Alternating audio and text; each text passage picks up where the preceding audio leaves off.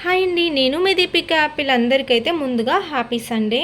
ఈరోజైతే ఏంటి ప్లేట్లో ఏం చూపిస్తున్నాను అనుకుంటున్నారా? ఏం లేదండి, నా వంట అయితే ఇప్పుడే స్టార్ట్ చేస్తున్నాను. ఇంకా కొందరు ఇళ్ళలో వంట ఎప్పుడో చేసి ఉంటారు, ఇంకా లేదంటే ఇప్పుడు చేస్తూ ఉంటారు కదా.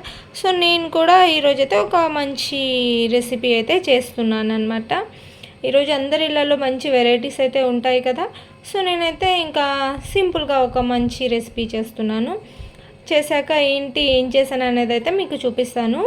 ప్లీజ్ వీడియో ఎక్కడైతే స్కిప్ చేయకుండా చూడండి. అలాగే ప్లీజ్ సపోర్ట్ చేయండి, లైక్ చేయండి, షేర్ చేయండి, కామెంట్ చేయండి. నా ఛానల్ని అయితే కొత్తగా చూసిన వాళ్ళు ఉంటే సబ్స్క్రైబ్ చేసుకొని పక్కన ఉన్న బెల్ ఐకాన్ ఒకసారి క్లిక్ చేస్తే నేను పెట్టే వీడియోస్ అయితే మీకు నోటిఫికేషన్ ద్వారా వస్తాయి.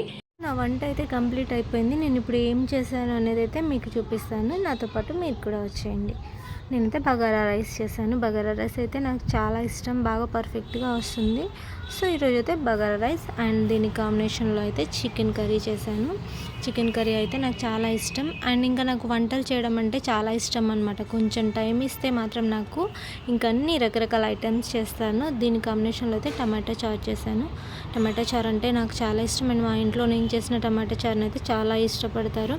ఇంకా ఇవన్నీ తిన్న తర్వాత మనకి ఒకటి మిస్ అవ్వకుండా ఉండాలి కదా, దానికోసం అయితే కర్డ్ పెట్టాను అనమాట. ఇంకా చెప్పాలంటే అసలుకి ఎంతసేపు వంట సెక్షన్ తీసుకోమన్నా తీసుకుంటాను, ఓపిక్గా నిదానంగా చేస్తాను అనమాట.